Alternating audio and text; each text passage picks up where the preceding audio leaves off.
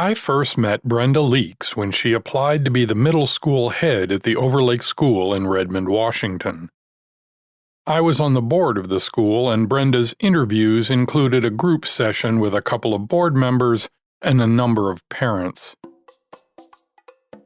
It was in a long, narrow room wedged into a corner of the building, with two sides that were nothing but floor-to-ceiling glass windows. With no air conditioning, the room would bake when the sun shined. In the middle was a long conference table with more seats than were probably appropriate. The room was packed, every seat at the table taken, with additional seating around the outside walls. The board members were there in search of a good leader for half of the school. The parents were mostly there on a mission. They didn't like how this or that was done, and they wanted to know what the new head was going to do about it. Everyone was there to get their 2 cents in. And at the end of the table, facing this gauntlet, sat Brenda. The previous interviewees had been lackluster. White men in late middle age, generally eager to get along. Their responses were the interview equivalent of soft-serve vanilla ice cream. Expected, plain, and, well, boring. Brenda was none of that. The only candidate of color, the only woman, easily the youngest. She simply owned the room. Her answers were thoughtful, deliberate, and decidedly not just what everyone wanted to hear. She pushed back directly, yet deftly. She showed a level of caring and vulnerability you don't see much in interviews. She even said, "I don't know," more than a few times.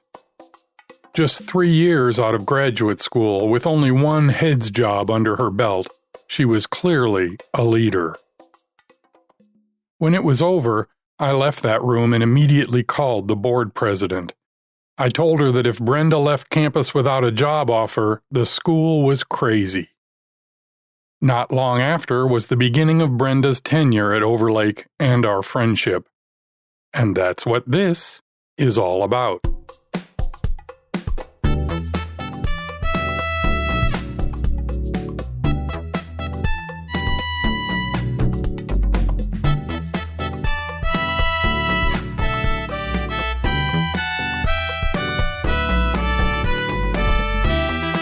This is Leading Smart, the show about managing in the brainpower age. It's a field guide to the joys and challenges of leading and working in the modern workplace. I'm Chris Williams, your guide to the stories and ideas that I hope will inspire you to be a better leader in the world of knowledge work. This episode, we visit with a woman who develops the next generation of leaders, mostly by being an outstanding one herself. This is episode 213, my conversation with Brenda Leaks.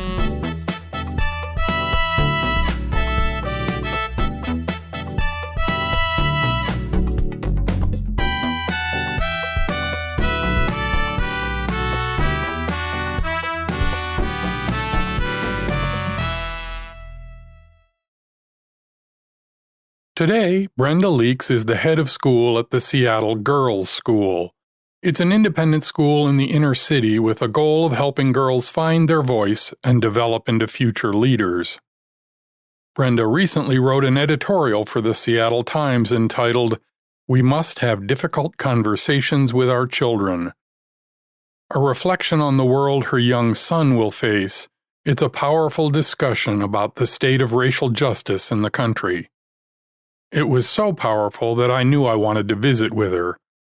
We touch on that subject certainly, but what Brenda has to say about leadership in general and equity specifically was also very thought-provoking. Brenda comes by her understanding of race in America from a very early age. Yeah, I'm from Philly. And I come from an extremely large family. My dad is one of 14 children. Mm-hmm.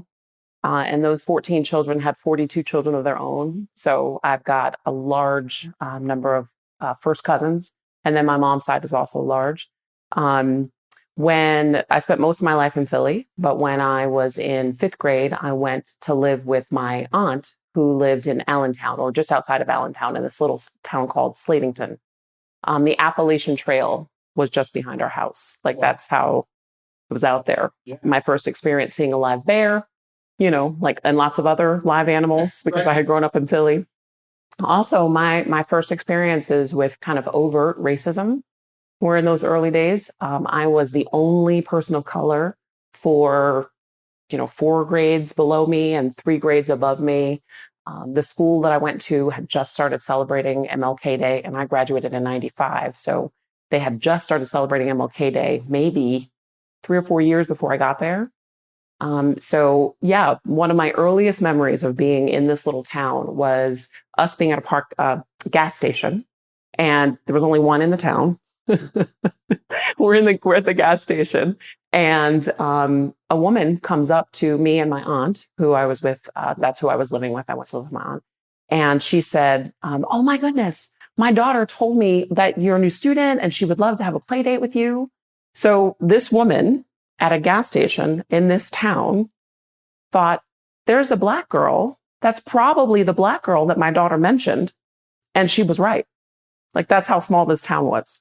So I went to school in Slatington and had lots of, really amazing and really challenging experiences. That led me to go to the College of Notre Dame of Maryland, which is a small women's college in Baltimore.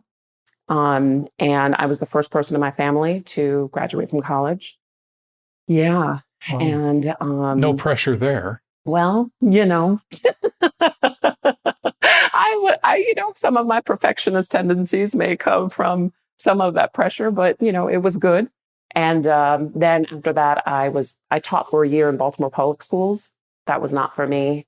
The bureaucracy of it, the kind of top-down heaviness, the exact opposite of why people teach in independent schools. Like, that was a huge experience of that for me, of just having my lesson plans reviewed, having people pop into my classroom with an eye towards finding out what I was doing wrong, not towards growth or empowerment or support, but like checking boxes.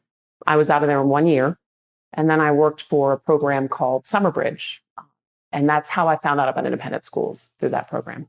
So what drew you to teaching in the first place, though? What was it about teaching that was interesting? Yeah, teachers have always been powerful in my life. I have a teacher in elementary school, my choir teacher, Mrs. Barnes, who she was someone who connected with me and found space for me. The librarians, when I would, hide out at recess, because I was awkward as an elementary school student. I didn't make friends easily back then. I kind of didn't come into myself until middle and high school. My aunt, who I live with in Slatington, she's probably, as far as teachers go, she's not educated as a teacher, but she's the best teacher I've ever had. And then so many people when I was in middle school, the drama teacher, whose name I cannot remember, I always feel bad about that. The drama teacher who she would tell me, because I was so tall, and I would kind of hunch in on myself, and she would say, "Brenda, take up all of your space." And she'd kind of open her arms up, and she'd do this when I was walking down the hall, and she'd see me hunched, and she'd go, and I would sit up and take up all of my space. She saw something in me, and being in drama classes, being in debate classes, and all those opportunities, that's what helped me get to, along with my aunt at home, helped me come into myself. Brenda saw role models in her teachers, and she knew early on that teaching was what she wanted to do. But she was also a leader from the start. I asked her, where did that come from? Oh, I've always liked being in charge. That's a thing. And it's something that I try to own as often as I can, because particularly for women, there's this feeling of a need to be humble. Like, oh, someone tapped me. Women often have to say, I am ready and I'm going to step forward for this. So every teaching job I was in, I found myself in a position of leadership in some way, whether it was leading the student council my very first year in Baltimore public schools, or being on the diversity and equity team, or being a grade dean or something. There was always a step towards leadership. And I knew I wanted to be a principal I actually think when I was in middle school, I decided I wanted to be a principal before I decided I wanted to be a teacher. And then I said, well, I guess I'll teach Spanish because Spanish was my most boring class. And I thought I could do better than that. So I became a Spanish teacher who eventually became a principal. But yeah, I've always been ambitious in that way. Was there something before that?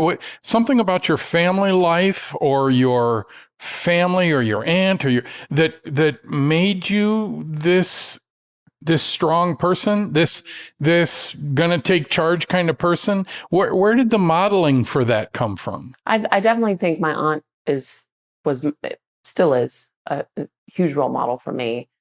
She is the oldest of the 14. So firstborn of my dad's, his brothers and sisters.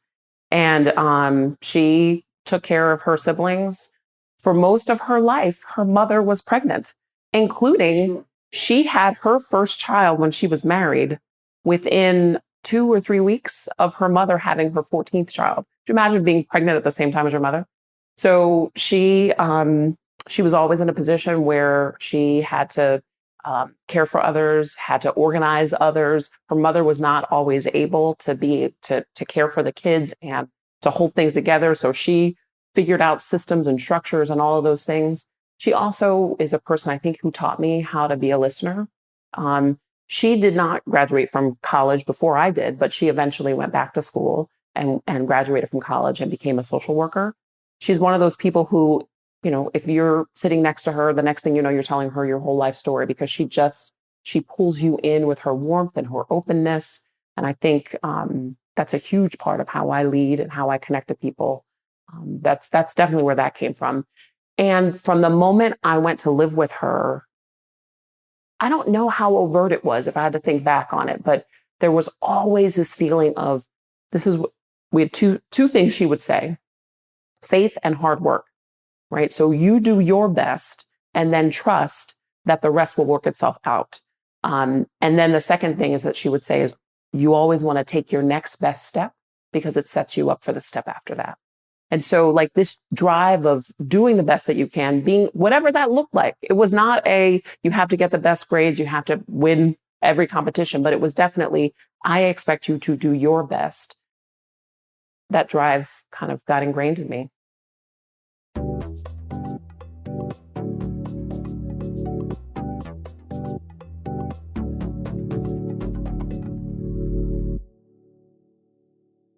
After Columbia, Brenda's first leadership role was as the middle school head for an independent school in Austin, Texas. She spent 3 years there before family ties drew her young family to Seattle. It was there we had that fateful interview. I asked her how she was able to find the ability to communicate so effectively in that room.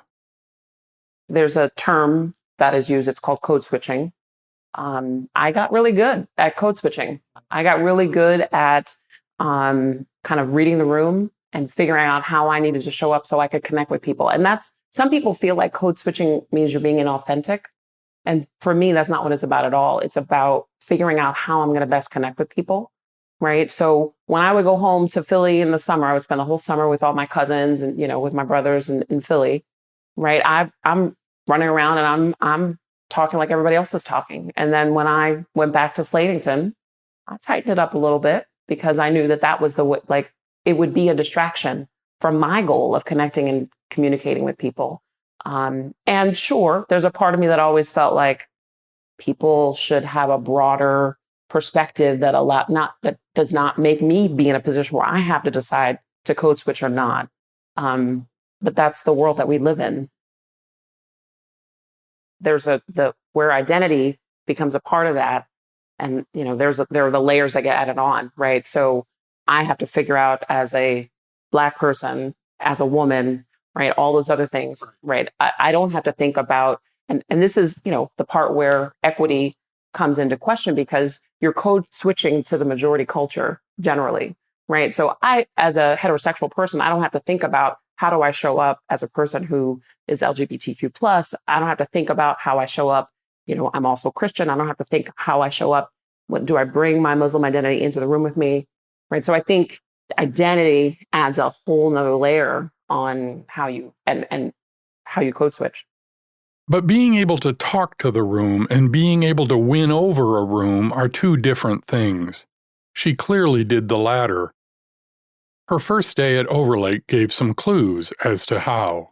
So you walk into that school the first day, and there's a whole bunch of things that are sort of stacked up against you. You were replacing someone who had been there for 15, 20, 25 years, Yep. right?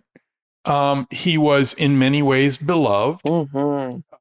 He was, however, incredibly pliable. So he had just gotten away with all kinds of stuff that needed to stop. You had a faculty working for you, some of who had been there since before you were born, or if not pretty darn close. Mm-hmm. You had a highly entitled parent community. Mm-hmm. Talk about the first few days. Were you nervous? Were you scared? How did it work? Yeah, no, I was nervous, of course, but I wasn't scared. I wanted to make a good impression. My very first meeting was a leadership team meeting, and I'm like, okay, this is my team. Okay, we're in there with Frank at the time.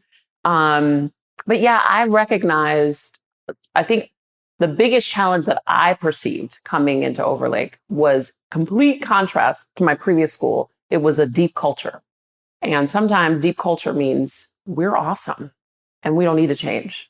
And that was what I was worried about. And that came to be true. That was the reality in a number of cases. But in terms of me connecting with the community, I knew that the first people I had to kind of get to believe in me and to trust me were the teachers. And so I did what any good teacher does. I planned the hell. Can I say hell? Sure. I planned the hell out of my first meeting with those teachers. It was a lesson, probably, I don't want to say it was the best professional development experience they've ever had because, I don't know all the things they've done, but I thought about groupings. I thought about engaging them at different levels. I thought about the timing, the flow. At the end of the meeting, and we spent maybe a half a day together, so many teachers were like, that was amazing teaching. And so really quickly, they came to respect me as an educator, as a teacher.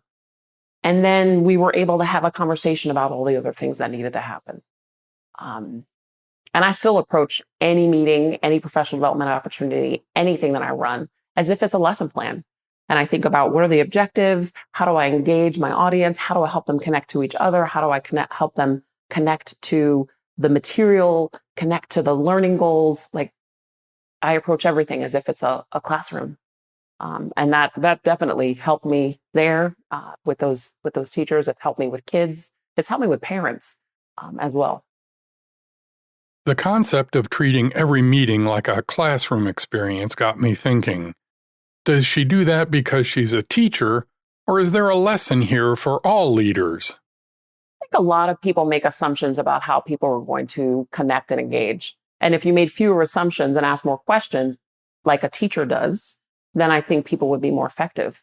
I mean, how many meetings have you sat in and you thought, why am I here? What is the point of this meeting? This could have been an email, right? Because the people planning that meeting were not thinking about how do I help people engage with the most important questions, which is what teachers do. Some of the first things you notice when you meet Brenda is her enormous smile, her wonderful laugh, her magnetic nature. This got me wondering how she approaches new relationships. I've been unable to decide whether you go into relationships with people wanting them to like you or whether or not you are just the kind of person that people always like. Do you go into relationships trying to be liked? No. I mean, first of all, I can't control how other people feel. And so again, I can only show up as myself. And some people like me, but plenty of people don't. I mean, let's not confuse the issue here. So I don't approach a new relationship hoping or wanting someone to like me. I show up as me, and I I think I create space for people to be themselves. Another, I think, element of my leadership is that I create space for emotion. And I think a lot of people really, they don't experience that. And I don't know if that's a gender thing. Part of me feels like it is. I'm comfortable saying, this moment feels hard. I'm feeling your anger. Are you angry? Right. I'm sorry. I see apologizing as an act of leadership, right? I'm not apologizing to take responsibility. I'm apologizing so that because I recognize that the person sitting across from me needs someone to hold part of that with them. So I think when I'm in relationship with people, they feel safe, and that's part of it. I think that's one of the things that I noticed about you very early on when you were at Overlake. And I think one of the things that drew me to you was your ability to be vulnerable, your ability to be real and honest and open. And I don't see that a lot, particularly in leaders. They try to want to put on a face, a mask, a veneer, a shield, or whatever. Do you think where do you think that comes from in you? Is that the gender thing? Is that? I think part of it is, and that I don't want to stereotype and make an assumption that there are no men who can, or, gender non-binary people who can connect in this way. That's not true. But I feel like there's a misperception that you have to have trust in order to be vulnerable, when in reality, being vulnerable is what creates trust. And I think that's early in my life. I had many opportunities growing up where I was vulnerable, being in that school district where I was the only person of color for many grades, having to lean on people, trust people, and share who I was so that they felt like they could lean on and trust me. And I think some of that is because I'm often the only Black person in the rooms that I'm in. I'm not saying this whole quote, but there's a quote from a Black scholar, a woman from she was born in the late 1800s and died like just at the start of the civil rights movement. And she would say, when and where I enter, my whole race enters with me. And I think I experienced that growing up in my small town. I experienced that in college once I started working in independent schools, and definitely as a leader in these schools. For many of my students, I have been and will be the only teacher of color they've ever had. For many of the people I've led, I have been and will be the only leader of color they've ever experienced. And for me, that feels like not a weight in the sense of like it's heavy, but a weight in the sense of like I have an awareness of it. And I don't represent every Black person or every Black woman. And so it's important for me to like vulnerability is a part of that, right? Because that part is me. And I want every single person who I interact with to have a sense of my authentic presence. And not just, oh, she's a great, Black woman and she's a leader. Well, yeah. And it's more than that. But vulnerability requires immense strength. Vulnerability is it is so associated with weakness that I think one of the first things that people think they need to do as a leader is reject vulnerability. That's so interesting, because I feel like the further along my leadership journey, the more comfortable I've gotten with my own vulnerability in any moment, and with the fact that because I model that, other people are like, I invite vulnerability into my office, right? And into my leadership relationships and into the relationships I have with parents and students and teachers, because I model that for people. But I really feel like it helps create a sense of community that is real and deep and honest. And I don't know that I'd know how to do it any other way. But vulnerability is hard. It takes strength, surely, but it's also hard to get started. What's the best place to get started as a leader when you want to dip your toe into the vulnerability waters? I honestly feel like I don't know is a great place to start, because leaders and teachers are knowers. That's often one of the other challenges of teachers. Like when you talked about those people who were teachers before I was born, they have like built their whole career on knowing things and then sharing that knowledge with other people. And so being in a position where you say, I don't know, like that's a dip of a toe into the waters of vulnerability. I also think sharing your emotions is also a small step towards vulnerability, right? I've had meetings where I start by saying, I'm feeling sad about what we have to talk about today, or I'm really frustrated with you. I feel like oftentimes leaders feel like they have to bury their emotions to leave space for the other people, maybe, or because they just feel it's unprofessional, or because they're just scared to put it out there.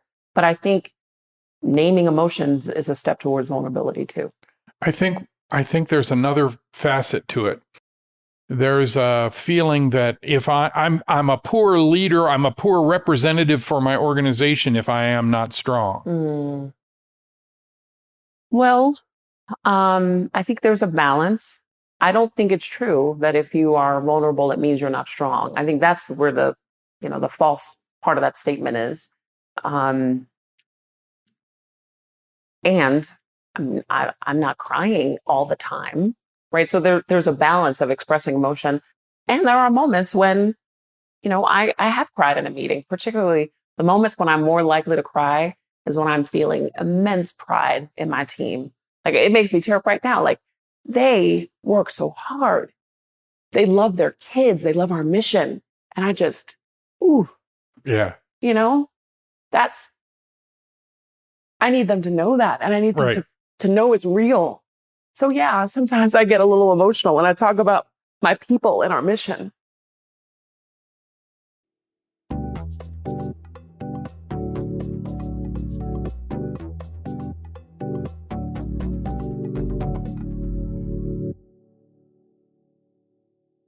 When Brenda left Overlake to come to the Seattle Girls' School, she and I talked about whether she should take the job.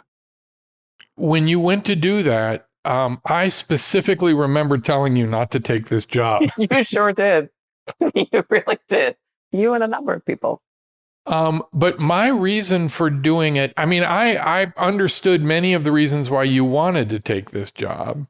But part of the reason why I said you shouldn't was because I thought you could have almost had any job in the country. And you went to a struggling little girls only school in virtually downtown Seattle. Tell me where'd that all, I mean, was that choice made on mission? Yes. Full stop. And actually, I applied for a job at Seattle Girls School when I was at Columbia. Those headhunters who came, one of the jobs that was on the table was an assistant head position at SGS. They ended up hiring internally. So the day after I submitted my materials, I got an email back saying we've made a hire. So sorry. That person who they hired as assistant head eventually became their head of school a few years later. And he's the person who I succeeded. So yeah, I fell in love with that mission back in 2006. And then I was in Austin and then came to Overlake. And I was happy at Overlake. I could have stayed there for many more years than I would have. I felt like I had more work to do. I felt like I had more to give and I had more to learn. Matt had just arrived and I was learning from him, right? I was happy. I was in a good place in terms of my leadership. And then Seattle Girls School came open and there was no decision to be made. I won't say that I was stalking that school, but I knew that there was not a mission that I had seen and a program and a community I had seen that I would love and like feel within myself more than I did that school. My cover letter actually, it started with the word yes. And then, yes, this school and, for all these reasons, yes, me, right? I am a student who needed Seattle Girls School in my life. And I've had an amazing journey with lots of blessings, lots of luck, lots of opportunity, and lots of hard work. And I can only imagine what that journey would have looked like if I had gone to a school like this. What was it about the mission that was so compelling? I think the focus on the voice of girls, which actually isn't in our mission, but it's inherent in our mission, about helping kids find their voice, helping them have value, see the value in their voice. I really feel like a lot of my journey was me figuring out what my voice was and where I could use it and how I could use it. And to like have this school that's the whole program is wrapped around this idea. It was powerful. It continues to be powerful. The SGS mission starts, we aspire to develop, I just messed up our mission. We develop and inspire courageous leaders. And what I love about the mission is that we don't, the word create's not in there. We assume that every single student who comes to us comes with innate leadership ability. I don't know that people made that assumption about me when I was growing up. This Black girl from inner city Philadelphia who jumped into this really white, small rural pond in Slatington, Pennsylvania. And like, we just know that about our kids. And then we help them know that about themselves. It's powerful. What does leadership mean in that context? I think the first part of leadership is about knowing yourself. And so we do a lot of work with our kids. A lot of that is based in anti-bias and identity development. Right? Who am I? We talk to kids about race. We talk to them about their values. We talk to them about privilege. We talk to them about like how they learn, how they work in a group, their bodies, like all of these conversations that I think in co-ed environments and, kind of in more traditional school environments, there are things that you don't talk about. We talk about all of those so that our kids can say, this is who I am, right? So the first part of it is them knowing who they are. And then I think the second part for us is about giving them real opportunities to lead. And that looks like everything from all of our students are assigned to greet people when they come in to them creating their own leadership experiences. My favorite SGS story is about Tofu, the hamster. So we have a student constitution that they made the first year the school was opened. And in this constitution, it says that they have a right to have pets, not just like a school pet, but a class pet, one per class. They have a right. And this right has been dormant. Nobody's noticed it. And then a couple of years back, a couple of students were like, wait, it says right here, we have a right to have a class pet. We want to exercise that right. So the kids came to me and they said, we want to have a pet. I'm like, okay, well, find a teacher who wants to sponsor it. Off they went. They came back with 2. Okay, well, people have allergies, so I don't know. They went off, they put together a survey, they downloaded the results in an Excel spreadsheet. They had spoken to each person who had an allergy to figure out what specifically their allergy was, and then they were trying to mitigate that. They had the solutions there. Okay, great, you did that. Okay, how are you going to pay for this thing? Well, they went out and they had bake sales. They wrote letters. They got things donated. My favorite sign, middle school. So middle school, because of punctuation and grammar, it said hamster bake sale. And I said to the students, what role did the hamsters play in this bake sale? Right? So they raised the money, they got things donated. I said, well, who's going to take care of the hamster? Well, they formed a hamster committee. And that committee created a calendar of who would be feeding the committee, all these things. Finally, we got the hamster, right? It was the week after spring break.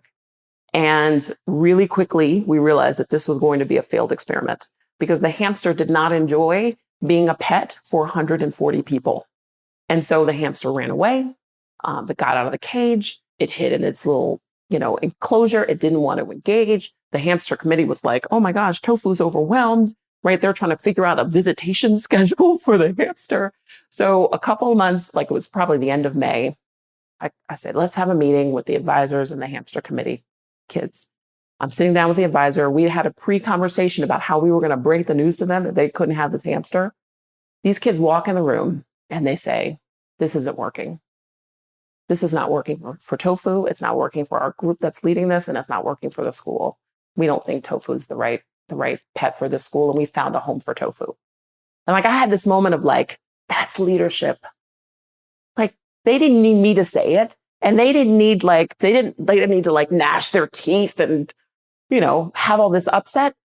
They'd use their voice. They'd gotten that hamster in there, and then when it didn't work, they were the first people to say it's not working. That's what my school's about. That's why I work here. Why is single sex so important? I think there's a reality. There's plenty of research about it, but there's also a reality that boys and girls learn differently, and they show up differently in educational environments. One of the common ones that you may have heard yourself is about wait time. Right? Teachers are trained to wait a certain amount of time when they ask a question, because oftentimes boys have their hand up before the question's even done. And when teachers don't have that training, or they're not keeping that in mind, they call on the boys. Boys are more likely to step forward into leadership opportunities, whether they feel, and this continues on into adulthood, right? Men are more likely to apply for jobs than women are. Women feel like they have to check off 95+% of the attributes before they can apply it. Men, it's more like 40 to 50%, if that, right? And so all of those things become a part of why girls begin to step back. Add to that all of the societal imagery, all of the messaging around what girls should do and shouldn't do, and how they should show up and shouldn't show up. I mean, if you do an examination of magazine covers for girls' magazines versus boys' magazines, and the girls' ones, I remember reading one that said, "Wake up pretty." What? Whereas the boys' magazines are like, explore your passions, think about this career or that career. It's just it's all. So our single gender schools are working to counter all of that and to help girls be in a position where they don't have to say, I can't do that, because they had to do it. They had to run the leadership. They had to take the leadership opportunities. They had to be the captains of the teams and the clubs. They had to, do all the things because there are no boys to do them. So that's one of the most powerful thing about an all-girls school.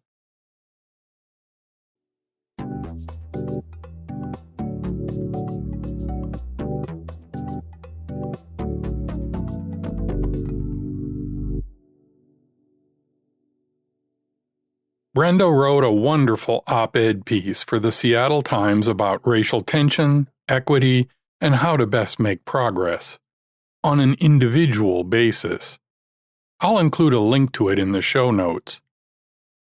The piece begins with her watching her young son Jackson as he slept, and noting that in a few short years, many people will see him as a threat. Did you worry about sharing anything about Jackson? That was the only part I did worry about. And what's interesting, like I said, I originally wrote it as a letter to my community. And so, it was actually longer and even, I would say, a little bit more personal in that letter to my community. I cut back a lot because that was the part that felt hardest to me about that. But that's also the part that's the vulnerability. Right. Like that's how I entered this, is watching my son sleep and thinking about the life that he's going to have. And, thinking about that for my cousins, all my students. I mean, all of them. So I couldn't leave him out because then it wouldn't have been real. Yeah. It would have sounded a little finger waggy. Mm-hmm. Yeah. The vulnerability was, it was, God, as they say in writing, it was the hook, right? It was the thing that makes you think about it in a different way. I mean, I'd like to think I'm a reasonably sensitive human being, but I cannot imagine looking at my, 8 or 10 or whatever it is, year old son and thinking that within, 5 years, as you said, people are going to walk the other side of the street or assume the absolute worst of him just based upon what he looks like. I asked Brenda how should leaders talk about these difficult topics. I think that leaders play a huge role in, particularly when you're leading a whole organization or department, or even just a small team, in creating space for people to engage and feel like it's safe. One, I would say everybody needs to be doing their own work. I work at a school where we do this. We do professional development. We read together. We do all, we have conversations. And still every year I say to my team, if the only work you're doing around equity is the work that we do here in our building, you're not doing enough work. Everybody has to be thinking about and examining their own biases because it shows up differently. And no PD or workshop that's put on by your employer is going to cover it all for you. So that's the first thing I would say. Everybody needs to be doing their own work. We've got this great thing called the internet, and you can search up just about anything, right? And so I think people of color get frustrated when they are asked to be a live Google, so that folks who are trying to learn and genuinely trying to learn, it's still a shortcut, right? Let me just ask this person of color this question instead of me figuring it out for myself, reading a book, reading an article, watching a video, or doing something. The resources are immense. So that would be the first thing. I think all leaders need to be doing their own work. I also feel like when you engage in the conversation, it's about coming at it from a place of curiosity. And that curiosity has to start with you amplifying other people's voices, right? And so, here we are having this conversation. This is you using your platform. I don't believe this was your intention to amplify my voice, but you are. And that's an opportunity that you have given the platform that you have. I think leaders have the same opportunity to look at their team members, ask them what their experiences are, create space where they can share those experiences and where they can share what they know. I mean, there's been a lot of research done about the ways in which women help to amplify each other's voices, because when they're in situations where there are more men in the room, their ideas are co-opted or dismissed, right? And so, I want to circle back to what Susan said, because this point felt really relevant to this conversation, right? Doing that for your employees of color, because sometimes the same thing happens to them.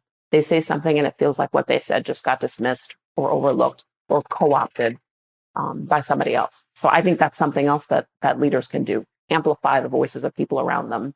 And then I work with some amazing people.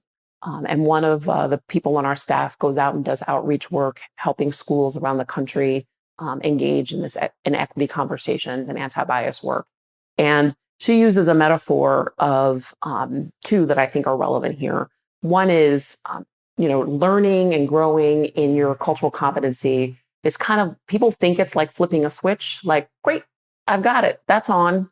And it's more like going to the dentist or caring for your teeth, right? So you brush every day, you're trying to make sure the plaque doesn't build up, you floss. But every 6 months or so, you have to go into the dentist for a deep clean. And, hey, if you let it get really bad, you might have to go in where they put you under and they really get underneath your teeth, right? Anti-bias and cultural competency is more like that. It requires some constant vigilance and constant kind of input of information and experiences. And then the other metaphor that she uses that I think is really powerful is when you step on someone's toes, because inevitably you will, right? You'll make a mistake, you'll say something, you'll be, and again, even if it's coming from positive intent, you're trying to learn, you're trying to practice, you're trying to grow, you will still make mistakes. And this is not just white people or people in majority positions. Everyone does, because everyone, depending on what your identity and what intersectionality looks like, you're in a place of privilege or a place of being a majority culture in some area of your identity.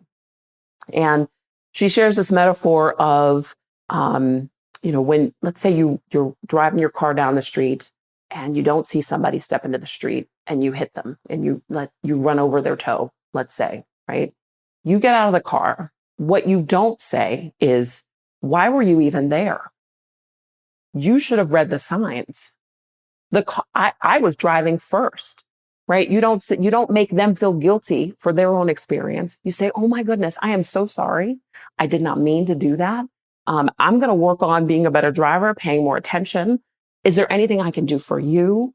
Oftentimes when we come into these situations where women or people of color or, other people with a non-majority identity say, ouch, that hurt me or that impacted me negatively, we say, well, that's your problem. You need to figure that out. And I think leaders can model and create teams where that's not what happens, where we stop and say, okay, obviously, I want to know, I need to understand, I'm coming at this from curiosity. I did not do that on purpose. Can you please explain to me so that I know, because I never want to do that again. And I need to understand so that I don't. And sometimes the person who you're asking that of may say, no, I don't feel like it, but there's plenty you can read on Google about what just happened, or go talk to someone else. But I think one of the first steps is us not blaming the person who's having an experience of bias or microaggression. And I think that starts with leadership. How do you suggest people respond to the touch my afro problem? If I'm a leader and I see someone behaving in that way, what should I do? Well, I feel called, given the example, to start with what I told my son, which was people are curious. Your hair is different than their hair. And it's awesome. There's this big old puffy thing. It looks soft. They're curious as if they touch it, will it spring back? There's so many questions about that afro, right? So first, I encourage my son to accept people in that way. That has been part of my survival, right? To not assume that people are exoticizing me or right in that way, but that they're coming from a place of genuine curiosity, unless I see different, and then I shut it down. And then to be clear about your boundaries and to say, I said to Jackson, it is completely okay for you to say, sure, you can touch my hair, or no.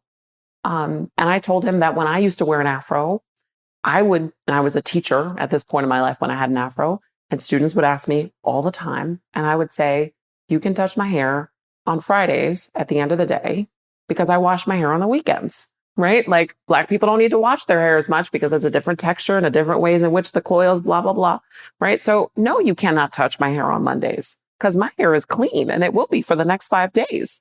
So, right, like I empowered him to set his own boundaries. And I think, leaders need to check in with their people and they need to call things out when they see it, right?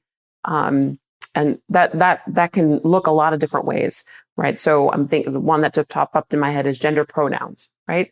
Do not let it slip if somebody on your team miscalls someone based on their gender pronouns. It doesn't have to be a huge, hey, those are not that person's pronouns.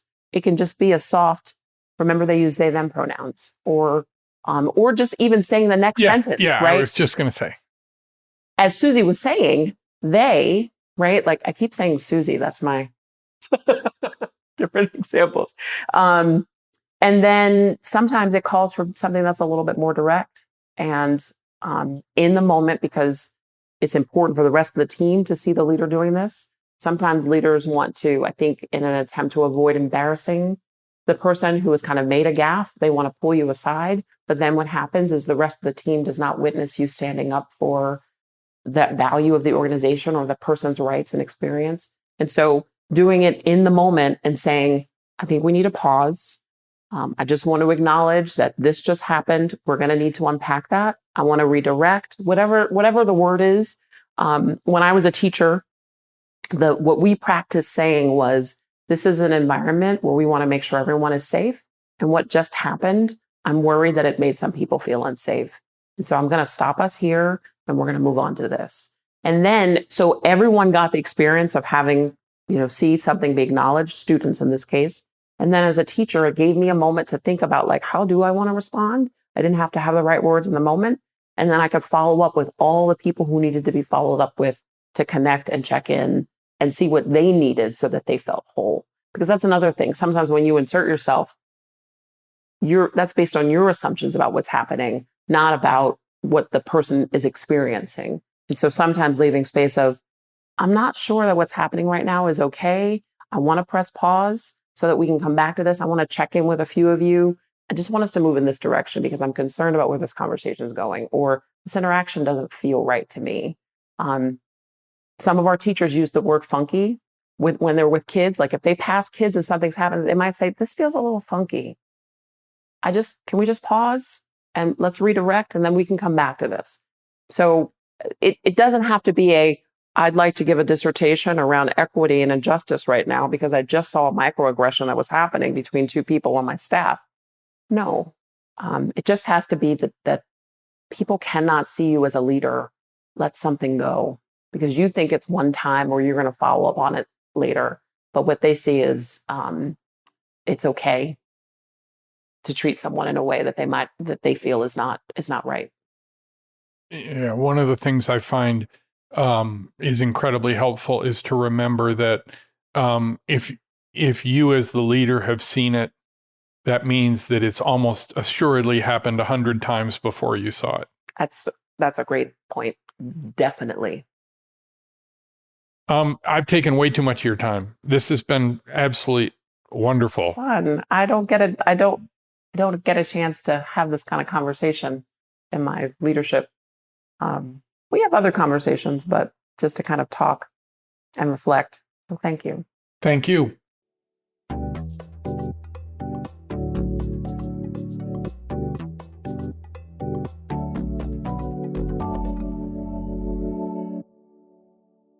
When I asked Brenda to be on the podcast, she asked me why.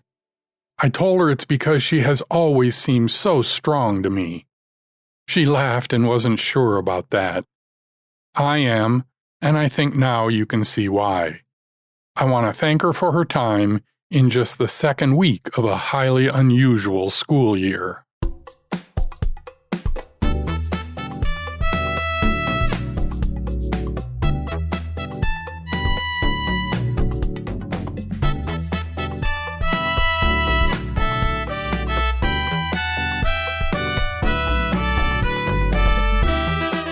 Leading Smart is from me, Chris Williams. You can find out more about the show and discover other resources for leaders at my website, clwill.com. If you like the show, please share it with your friends, especially on social media. Referrals are the greatest source of new listeners. I'd also love your feedback. I'm the CL Will on Twitter, LinkedIn, and Facebook. Or just send me an email to pod@clwill.com. That's it for this episode. The next episode returns to the studio to wrap up this series on diversity. We'll talk about the trap of meritocracy. It's called Merit Badge. I hope you'll listen. Until then, please remember that each of the several dozen decisions you make today are part of Leading Smart.